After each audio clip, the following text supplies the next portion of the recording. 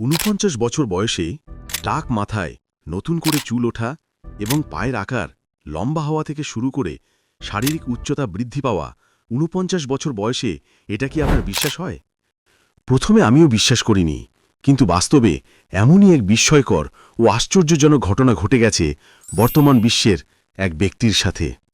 তিনি কোনো সার্জারি করেননি, কোনো ওষুধও খাননি, চিকিৎসা ছাড়াই এমন ঘটনা ঘটেছে পাকিস্তানের মোহাম্মদ কাসিমের সাথে। অবাক করার বিষয় হল, মানুষ তাকে মিথ্যাবাদী ও ভণ্ড বলে থাকে, অথচ তিনি 10 বছরেরও বেশি সময় ধরে তার দেখা রহমানি স্বপ্নগুলো প্রচার করছেন এবং ধীরে ধীরে তার এই স্বপ্নগুলো পুরো বিশ্বে ছড়িয়ে যাচ্ছে। আর তাকে যে আল্লাহ সাহায্য করছেন তার একটি সুস্পষ্ট প্রমাণ হিসেবেই আল্লাহ তাআলা এই বিস্ময়কর ঘটনাগুলো ঘটাচ্ছেন।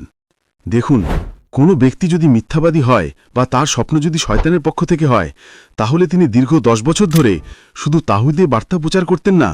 কারণ শয়তান সবসময় তাওহীদের বিপরীতে থাকে। সে দীর্ঘ সময় তাওহীদের বার্তা দিয়ে প্রতারণা করতে পারে না, সে সম্পূর্ণ উল্টো কাজ করে থাকে। তাই যারা জ্ঞানী, যারা এই বিষয়ে চিন্তা করেন, তাদের জন্য এখানে বিশেষ নিদর্শন রয়েছে। এই বিষয়ে চিন্তা করা উচিত।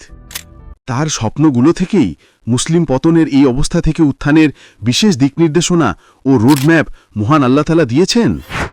তাই এটিকে দ্রুত স্বীকার করুন এবং সকল প্রকার শিরক ত্যাগ করে এক আল্লাহর দিকে, খাঁটি তাওহীদের দিকে ফিরে আসুন। এটাই মোহাম্মদ কাসিমের স্বপ্নের মূল বার্তা, যা অস্বীকার করার মতো কোনো আত্মসমর্পিত মুসলিম নেই।